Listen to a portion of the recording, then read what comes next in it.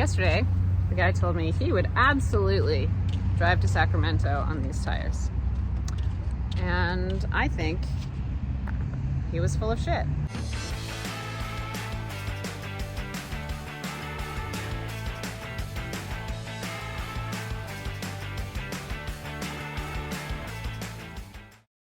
Alright, so I've been driving this thing from San Francisco. I discovered at the Hot Wheels car show that one of these fill plugs for the, for the hubs and the axle lubrication is loose. So now they're all finger tight, which is rad, and I'm so glad that I never like paint marked these. Although this one appears to have Loctite on it, unlike the one that I pulled. Went to AutoZone, grabbed what I thought it was.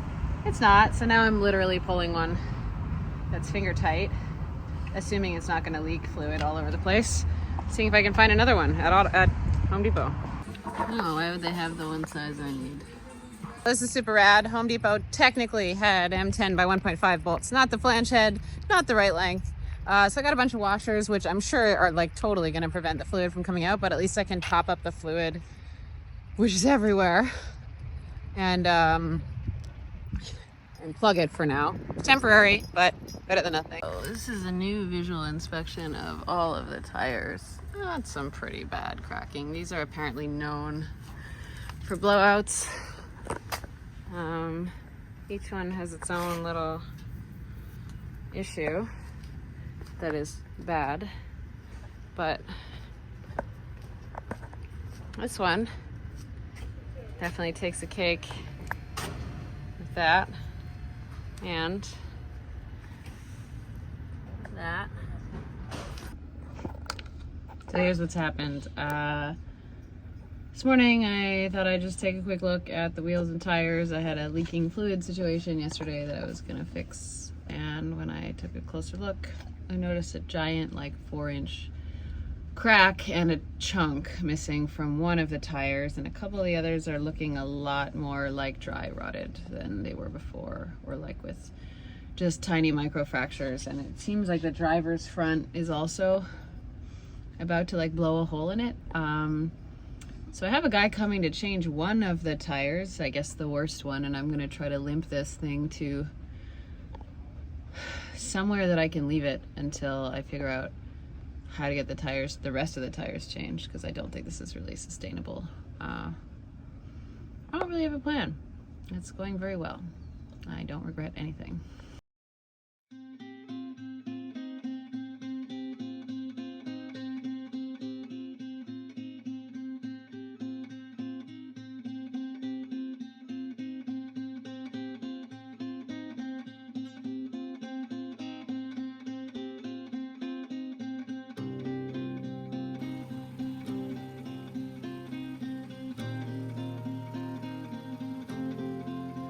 So how far would you drive on that? As long as you drive to Sacramento? Yeah? Yeah.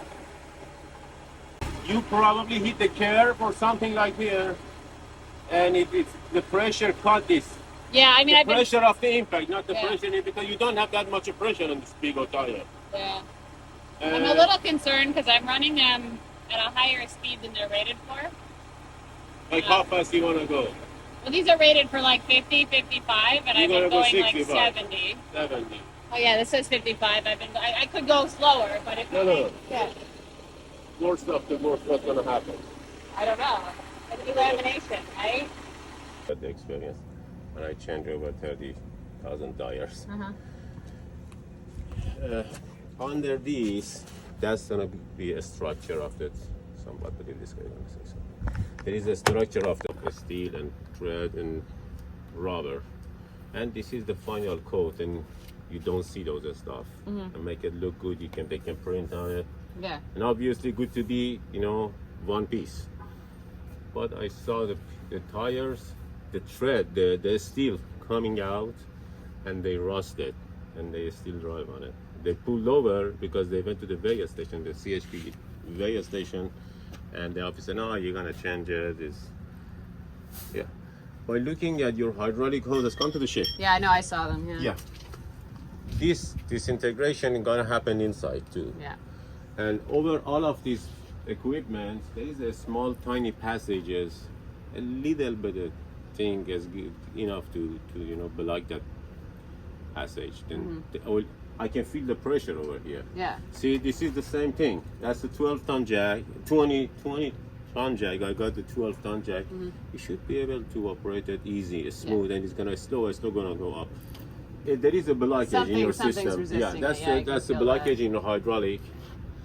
Worst of the worst, you probably can take that pin, okay, and it's not gonna be too fun because the tire has I have to change that, right? You know, somebody have to cut something. Yeah. Then you can. I think I could change the hoses, and then it would probably come out. Because I did see it, like it came down and came up like a couple months ago. But I did look at that hose, and it's cracked. Like it's. Yeah, outer crack doesn't matter, but inside, after 20 some years, this is not something you use them every day. Yeah. Then I can feel so much pressure over here. I'm afraid you keep pushing this and below something. Yeah. You know, one of the hoses be below out. And yeah, I mean, clearly, this is a permanent leak right now. I need to either replace the box or replace the valve. So mostly I've just been topping up the fluid. Yeah. but it's temporary, If your concern is that, don't worry about it. Yeah? Yeah. And I saw worst. Okay. Worst, all right. then... I mean, that is kind of my concern, yeah. And I was like, how far would you drive on it? He was like, as far as you want. And I was like, would you drive to Sacramento? And he was like, yeah. I mean, he knows better than I do about commercial tires, I would say. But we don't have a way of getting that thing down. And the others are also quite bad. Or I just suck it up and I drive super slowly and see what happens. But I mean, that crack is new, and that's what is concerning for me. You see these guys? These are the bubbles that I'm worried about. Yeah, these are because of this in front of every one of these. Obviously, this tire is old, if you can replace them with something better. Yeah. Like just blow a little bit of air in there, make sure there is no dust inside. Fill the crack with super glue? The crack with super glue.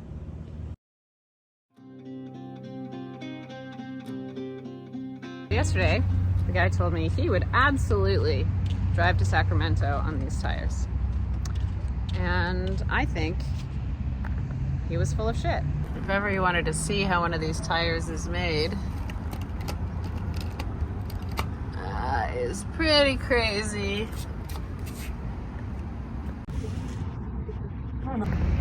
Well, this guy is a lot more committed than yesterday. He's like, fuck the hydraulic system, I'm just gonna push it off. We'll see how that goes.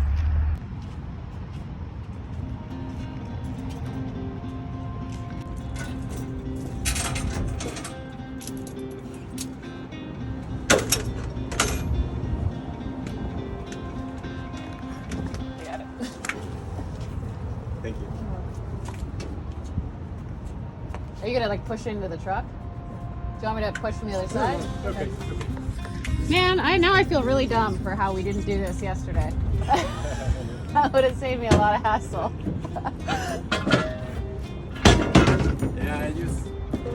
You should just get close to an empty jar or whatever. Yeah. Just drop it. Let it go. Man. If it falls down, it's okay. Yeah, just don't try to stop it, I guess. Yeah. Because they are really heavy. 40 years. I've been there for 20 years. Oh, wow, okay. We're doing a lot of this. Yeah. They all have different systems.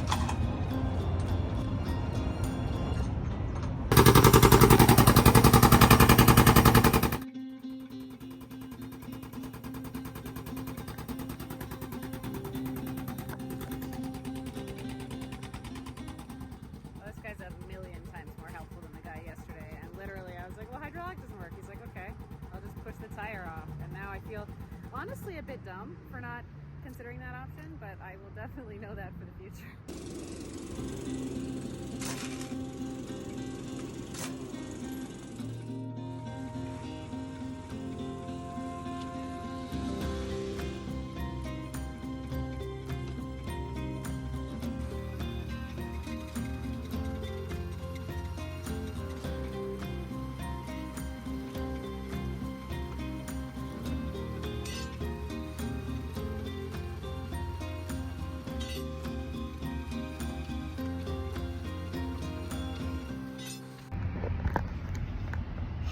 The tire has changed.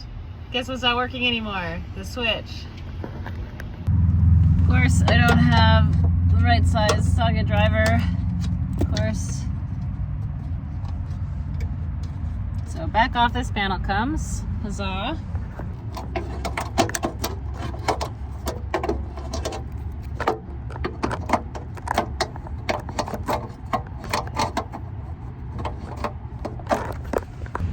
I guess now I just have to figure out which of these wires I need to connect together to make the relay go, because it's not going anymore. I heard it click for 1 second and then it unclicked when I reconnected everything.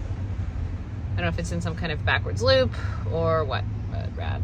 So fun fact, I literally can never remember how to use a multimeter, which is awesome.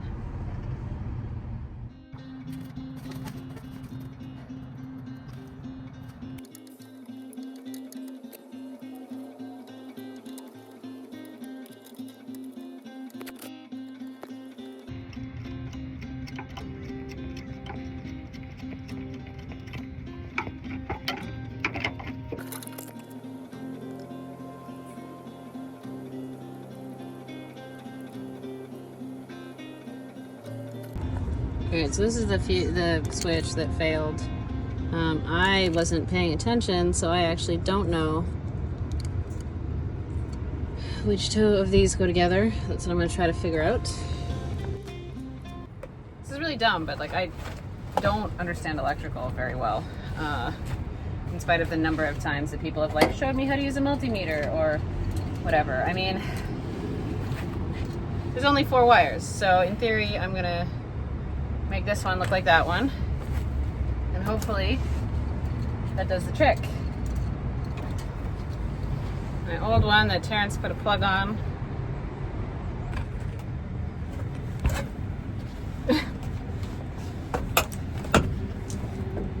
Block at least some of that sun. Alright, so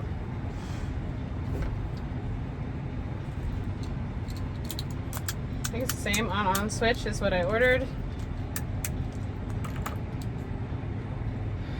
Go one at a time, I guess. Alright. I've wired enough household terminals to think that I can do this. We cut off these extraneous things, not knowing what they did, so I guess we'll find out. Well, committed. Top one.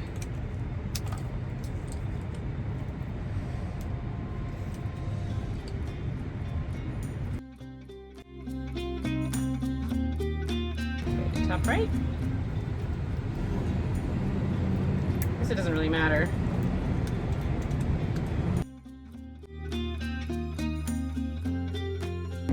I don't even have electrical tape here, so. Okay. 1. Go with 2 here. This is so frustrating. I'm so hot. What a great way to start the day. So that one's done. So many questions about why this is the way that it is, but I don't think I'm going to get those answers. So, okay, 2.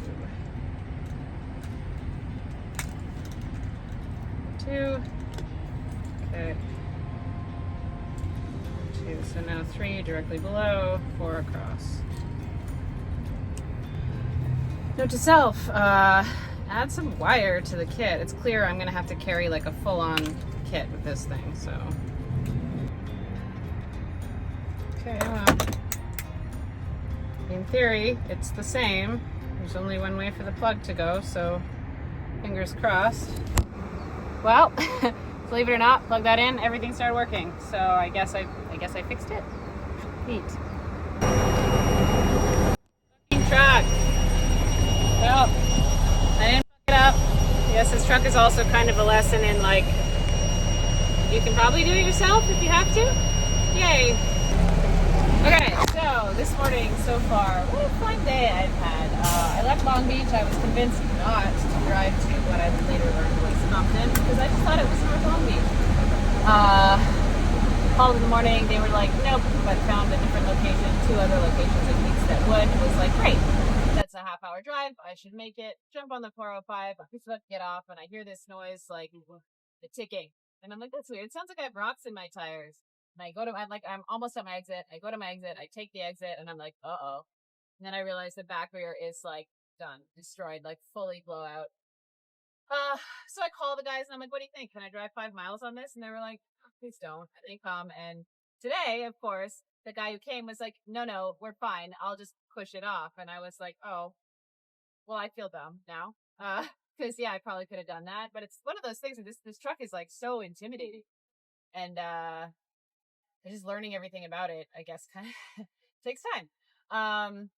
So he did that, mounted the new tire, was like, all right, I'll see you at the shop. And I go to leave. And guess what? The electrical problem is back and it wouldn't start. I fucked with it a bunch. Not a chance. Ended up, luckily, I packed like some tools, although this is a joke. At least I have wire strippers, whatever. And I tried to just solve it by wiggling, which didn't work. I ended up not knowing how to use the multimeter. And, of course, deciding I didn't need it. I just replicated the wiring on this switch successfully, mated it to that switch. And what do you know? It like powered right up. So I'm just going to drive this thing to the shop and like abandon it and think about my life choices. But I have to say, I appreciate that it absolutely held up to get to Mattel, to go to the Hot Wheels contest and everything else like that. Thank you, truck. The rest, well, all right. So I'm basically on the road home. Of course, add insult to injury. What happens? Well, I go to show the guys how to start the LMTV and it won't start again. So my little switch solution, I guess, was a very temporary fix. Not really sure what's going on, but that's really rad. That is a problem for future Z. This Z is getting home so she can get on an airplane.